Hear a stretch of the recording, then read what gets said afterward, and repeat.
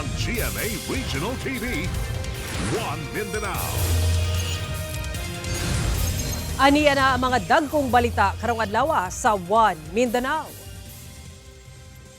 Karong dagsa ang mga pasahero sa Samal Island, turista, gihangyo sa LGU nga mosakay og lancha kung walay dalang sakyanan aron dili magdasok sa pantalan sa barge.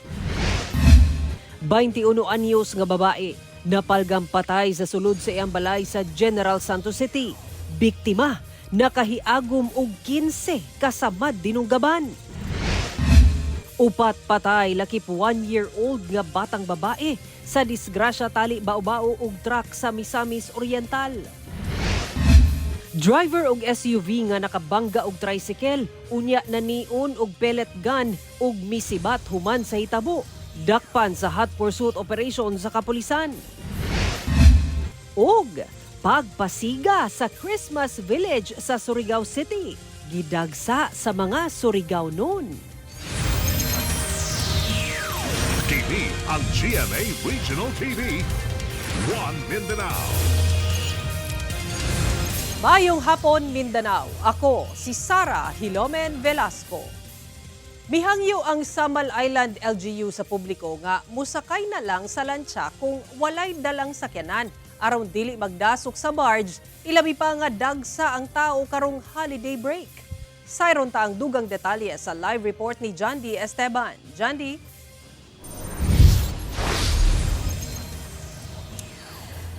Sara, usa sa mga hinungdan o gilikayan sa local government unit nga magdasok ang mga pasahero sa barge. Labi pa nga karon nabawasan og usa ka barge ang nagabiyahe sa May West. Samtang nagpasiraan sab ang LGU ngadto sa publiko batok sa online scam gamit ang mga pekeng Facebook page sa mga resort. Ani ang report? As of September ning tuiga, anaa sa sobra 313,000 ka turista ang misuroy o mibisita overnight sa Samal Island, Davao del Norte. Sobra 238,000 ang nag-day tour. Sumala sa City Investment and Tourism Operations, mas taas kini itandig sa susamang period sa nakalabay tuig. Gilaumang, mas musaka pa ang ihap karon gumikan holiday break. Ang pamilya ni Aida Puzon, dinhi sa May West nagpaabot og barge patabok Samal aron maligo og dagat ug duol ra pud daw sa ilaha. Taas ganina, ya, patubang na daw ang sakyanan. Nya mo nang magsugod ato sa likod. Gihangyo sa otoridad ang mga pasahero ilabi na tong walay dalang mga sakyanan nga dinhi na musakay sa lancha aron dili na magdasok o magpunsisok dito sa May West ug sa Davsam. Si Yolanda dinhi gyud daw tigsakay sa kilometer 12 sa Saksa. Mas dali namang good diri, ma'am. Mas dali ra. Dito mang good, ma'am, dugay. Sa barge. Oh, dugay sa barge. Magpaabot tata. Dili magpuno, dili mo puno. Larga na. Alam nagka kuan. Alam nagka dagan ang pasahero. Dali na napapuno. Dali sa kabot og kuan. Di siya kabot sa interval 20 minutes. Sa karon doon na tayo problema gamay sa barge kay nakuhaan og isa ka barge ang Maywis no. Kung gusto mo paspas, labi na katong walk-in lang, pwede mo sakay sa lancha. Kay paspas man ang lancha. Kunya kay dira man kun sa Maywis o Davsam, pag dili siya passenger nga barge, dili mo makiter so sunod barge pa mo makasakay. Gipasidad-an sab sa LGU ang publiko nga manigurado sa pag-book og resort aron dili ma-scam kini taliwala sa reklamo sa mga resort owners ug sa mga nabiktima sa mga online scammer gamit ang peke nga Facebook page sa mga resort. Mudawat kini og booking sa guest dayon mangayog down payment unya pag-abot sa resort wala daay kini booking. Dili mo pataka og booking no. So sa karon among ginatan-aw ang mga page nga nagakuan kopya gyud kay nila tanan.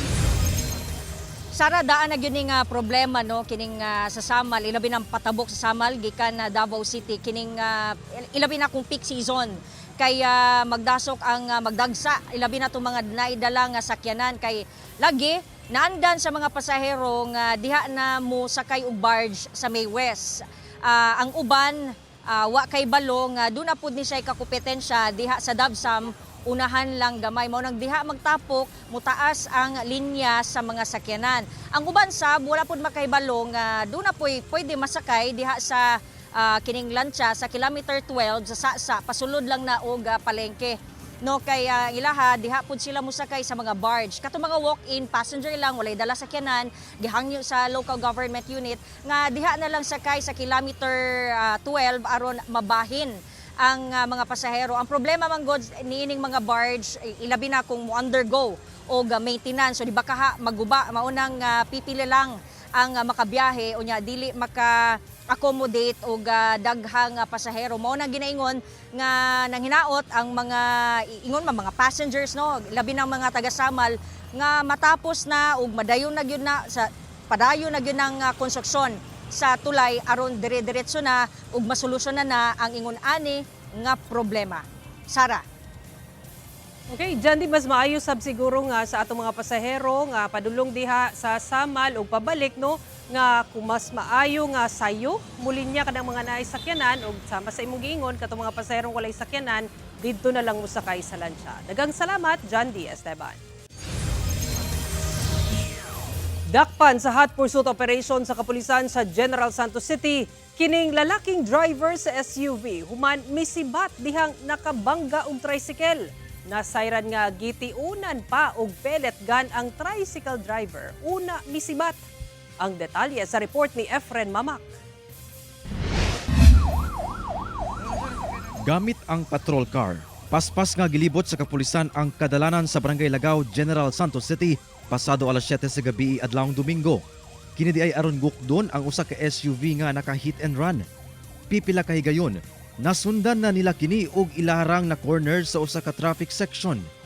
Dini na kini giduol sa usa ka pulis nga misuway og abli sa likod nga bahin sa sakyanan samtang nagtion og pusil. Sa diyang nakasakay ang pulis, misuway og padagan ang sakyanan apan napahunong kini sa laing pulis nga miresponde tumong sa driver's seat. Apan nagmagahi gyapon ang driver sa SUV hangtod nga gibunlot kini sa kapulisan sa driver's seat ug gidakop. Nasuta nga ang maong 48 anyos nga driver nakabangga di ay og usa ka tricycle sa Barangay Tumbler sa susamang adlaw. Misibat daw kini human gitiunan og pellet gun ang lalaking driver sa maong tricycle. Allegedly, meron siyang pellet gun na dala-dala. Ito sa covered doon sa kanyang sasakyan. Allegedly, tinutukan niya pa itong ating biktima.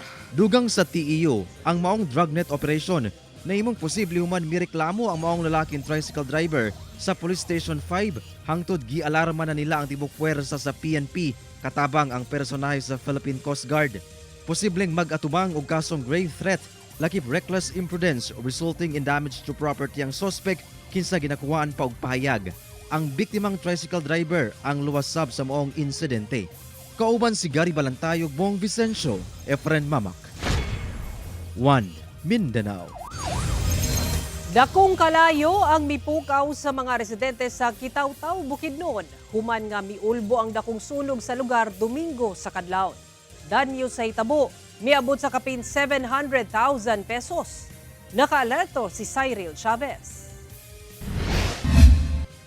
Paspas nga gilamoy sa dakong kalayo kining mga kabalayan sa Purok 3, Barangay Tawas, Kitaw-Taw, Bukidnon.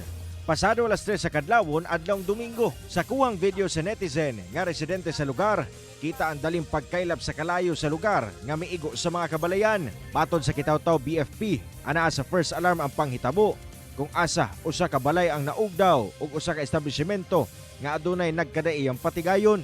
Palisuray sab ang nahitabong pagresponde sa BFP sa lugar. Labi pa nga anaa sa 68 kilometros ang gilayon sa sunog gikan sa ilang fire station. Pag-abot sa BFP sa lugar, gilayan kuno sila nagpahigayon og firefighting. Then pag-abot naman ito sir, dako naging nasunog, nay nakaresponde yapon, nakabuga pa mig tubig pagkuan dito kay napamay isa ka balay nga anang murag nadamay sir ba. Moto namong napana narespondihan. Sa ilang tala, miabot ngadto sa kapin kun kulang 750,000 pesos ang danyo sa nahitabong sunog. Swerte sab nga walay nasamdan sa hitabo. Human nga walay tao ang mga gambalay, yang miulbo ang sunog. Nadeklarang fire out ang sunog pasado alas 7 na sa buntag. Posibleng may kalambigitan sa linya sa kuryente ang tinubdan sa sunog. Dito sa iyang concern, meron ginapaabangan nga murag balay sir, magdaan-daan na magud sir. Sa wala pa to nahitabo sir, pagagabi daw ato, nasay nakabantay lang suga murag palong-palong, ana si ba nabantayan ito sa nagpuyo. Padayon ng investigasyon sa BFP sa nahitabong sunog ug nanawagan sab sila sa katawan nga magdoble amping aron malikay sa sunog. Dako usab ang pagpasalamat sa Kitaw-Taw Fire Station ngadto sa Fire Rescue Team sa Barangay Baganihan sa Davao City o mga volunteers kinsa unang nakaresponde sa lugar. Cyril Chavez, 1 Mindanao. Napalgang patay ang usa ka 21 anyos nga babae nga dunay 15 ka mga samad dinugaban sa lawas sa sulod sa panimalay niini sa General Santos City. Pagpangawat, usa sa mga ginalantaw nga motibo sa krimen. Ang detalye sa report ni Efren Mamak.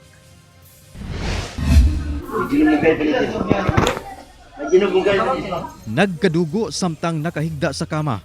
Kini ang hulagway sa babaeng biktima nga napalgan sa karelasyon ni ini nga miyembro sa LGBTQ community. Iyang gisusi ang biktima sa kwarto ni ini human makapangabli sa Lotto outlet nga anara sab sa mong balay sa Barangay Apopong, General Santos City, Lunes sa buntag. Una naka-discovered ang nagabantay diri sa Lotto outlet. Din pagtanaw niya sa kwarto serado, kiabrihan niya so niya nakita dito nga nagkadugo na.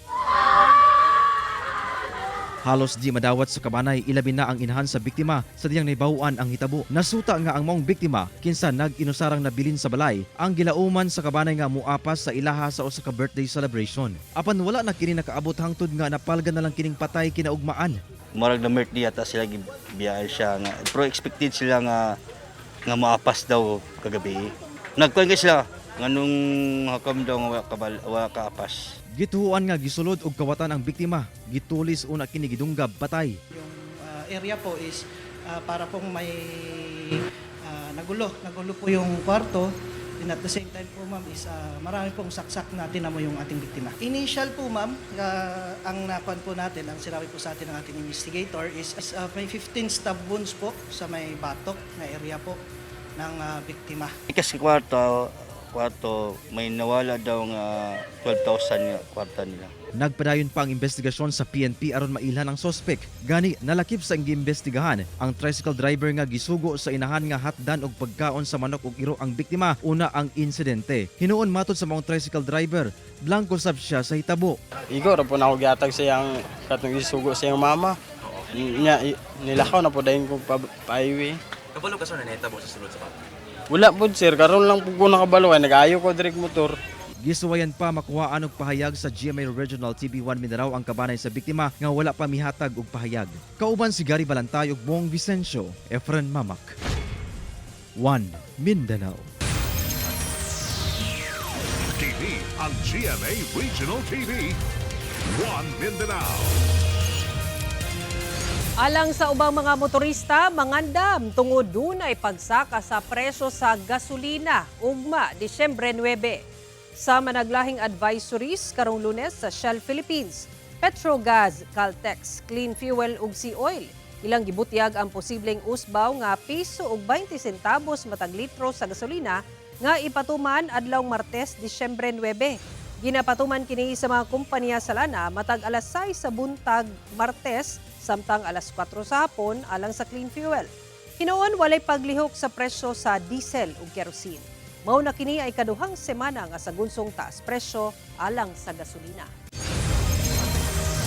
Girescue sa otoridad ang duha ka menor de edad nga mga lalaki human kini natrap sa usa ka sapa dihang naabtan sa naghaguros nga tubig baha sa Zamboanga City.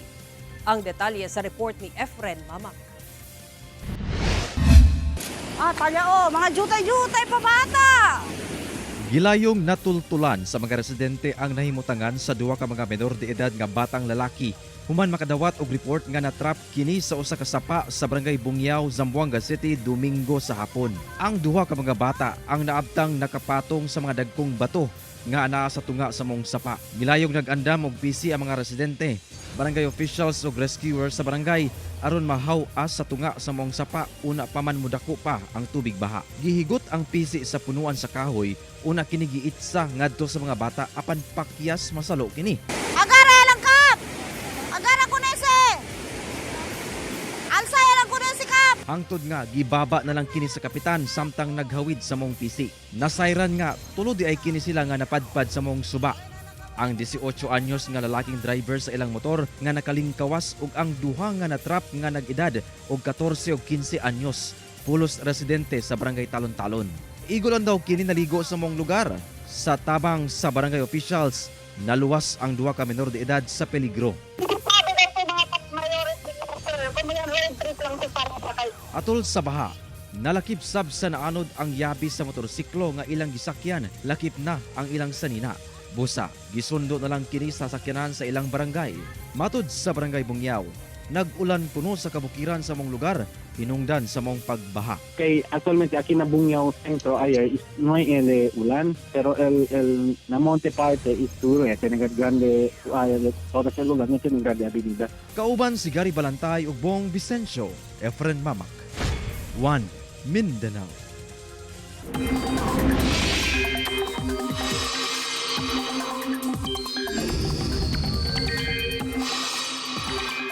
Mihinay na og nahimo na lang nga usa ka low pressure area ang bagyong Wilma human kini maglandfall ug tungod sa epekto na sab sa bugnaw nga hangin.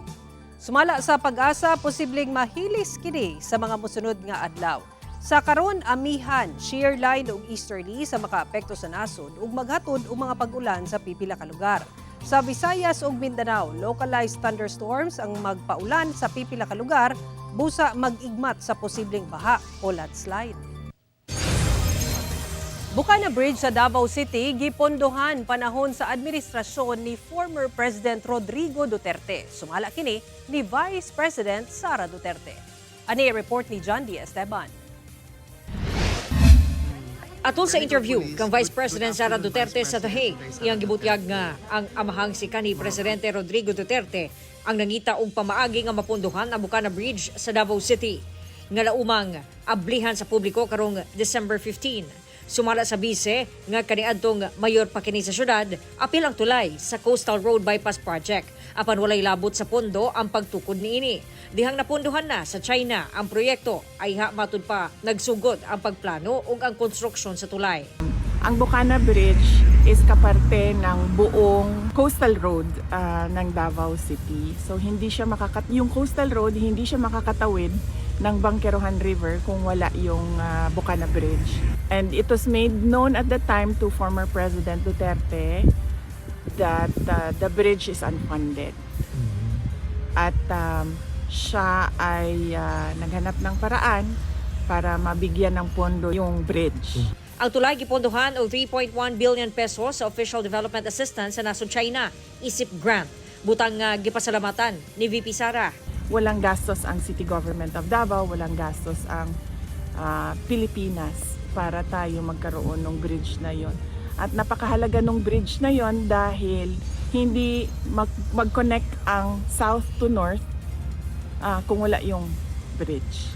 Napangutana ang bise kalabot niini. Human miingon si President Bongbong Marcos nga usa sa 4 ka legacy projects sa iyang administrasyon ang proyekto sa Davao. Kinsa personal nga mibisita sa syudad ug nag-inspect sa proyekto niadtong December 4. Wala na mitubag si VP Sara sa pahayag ni PBBM. Samtang si Mindanao Development Authority o MINDA Secretary Leo Magno nasubo gumikan na politika matud pa ang ipahigayong inspeksyon sa presidente. A very political event which should not be addressed as something political. The event was an inspection, not an inauguration. He praised the Chinese contractors, the technology that was used na maganda at mabilis. Lungkot lang na minsan napupolitika. John D. Esteban, 1 Mindanao. Upat ka individual ang patay, lakip ang usa ka 1-year-old nga baby girl atol sa disgrasya tali truck ug bao-bao sa Taguluan, Misamis Oriental. Ang detalye sa report ni James Paulo Yap. Nabaligtad nga tanker truck ug nahulog sa pangpang nga bao-bao. Ingunani ang sitwasyon sa Upper Santa Ana sa Taguluan, Misamis Oriental. Human ang usa ka dakong disgrasya nga gikalambigitan sa duha ka mga sakyanan pasado alauna sa hapon niadtong adlawng Sabado. Sumala sa Taguluan Municipal Police Station nga nawad-an kun og brake ang tanker truck nga palugsong niadtong tungura. Hinungdan nga gidaro niini ang iyang kasugat nga bao-bao. Sa kakusog sa impact, natuwang ang truck ug nahulog sa bakilid nga bahin ang bao-bao. Ang Vehicle 1 Gikan siya sa kani ang barangay Santa Ines Malitbog Bukidnon. Ang katuang fuel tanker o ang katong bao-bao nagikan po siya sa barangay Santa Ana Taguluan. Pag abot dito sa kani ang place of incident, so matud pa sa report sa Taguluan MPS nga kani ang nawadaan sa kani ang brake ang katuang fuel tanker, resulta nga iyahang nabundol o nabanggaan tong badyang. Daling gidala sa ospital ang 5 ka mga sakay sa bao-bao, lakip driver ug helper sa tanker truck. Apan paglabay sa pipila ka oras, 4 ka mga individual ang nakabsan sa kinabuhi, lakip ang usa ka tuig nga batang babae ug ang inahan niini. Usa na adto ang katuang driver sa fuel tanker ug katuda yung pasahero pod sa kani ang bao-bao sir. Mga 3 ka buok. So ang bata sir no is 1 year old. Babae sir nga bata no 1 year old ug katuda yung uban pod niya at katong baby Jane pod nga 34 years old ug kato Silvestra pod no nga 61 years old. Hinuon luwas ra ang helper sa maong tanker truck, lakip ang driver sa bao-bao ug ang igsuon sa namatay nga bata nga usa ka 3 anyos. Sa karon aduna naman sab kunoy inisyal nga panagsabot ang kumpanya sa truck ug ang mga banay sa namatay. Wala may pahayag ang pamilya sa mga namatyan. Sublay nagpahimangno ang PNP nga siguruhon nga anaa sa maayong kondisyon ang mga sakyanan. Lakip ang driver niini aron malikayan ang disgrasya sa dalan. Ako si James Paulo Yap, 1 Mindanao. Kasado na ang NCAA Season 101 Men's Basketball Finals tali San Beda Red Lions ug Metra Knights. Kini man ang comeback win sa Red Lions sa dulan ini tali Benil Blazers kagahapon. Sa Game 3 sa ilang semifinals match-up, miarangkada ang Red Lions sa 4th quarter hangtod nga naapsan ini ang Benil Blazers sa final score nga 84-81. Sa Miyerkules na December 1 o December 10 ang Game 1 tali Red Lions ug Knights. Masaksihan na ilang dula sa GTV ug Heart of Asia. Hasta na sa social media channels sa NCAA ug GMA Sports. TV ang GMA Regional TV. 1 Mindanao. Gibuksan na sa Surigao City LGU ang Christmas Village sa syudad. Kinibisa na sa hulga sa Bagyong Wilma niadtong Biyernes. Atong silipon sa report ni James Paulo Yap.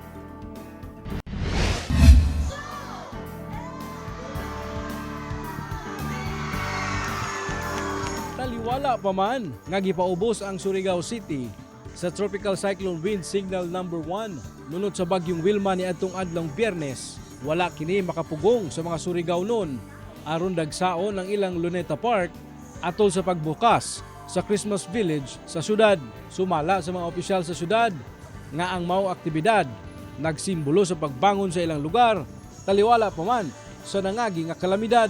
Ito yung pagbigay natin ng hope sa tao na despite sa mga challenges natin sa taong ito, lalo na 'di ba nagbagyo tayo, tapos may nagkaroon tayo ng malaking sunog, tapos despite that nabigyan pa rin natin ng hope yung every Surigao noon. Ang Light Up a Christmas Village usa sa mga ginaatangan sa mga Surigao noon matag tuig. Tungod mas gipanindot kini sa LGU. Gani kini na ang ika-23 ka tuig nga ilang ginahimo ang maong kasaulugan. Gitapos ang maong kalihukan sa usa ka alegre nga fireworks display, butang nga gikalipay sa mga misalmot sa Light Up a Christmas Village.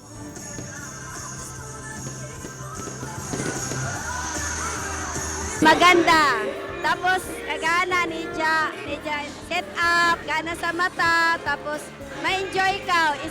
Ane mo stress matangtang. Kauban si Makoy Sempron, James Paulo Yap, 1 Mindanao. Mga kapuso, 17 kaadlaw na lang, Pasko na!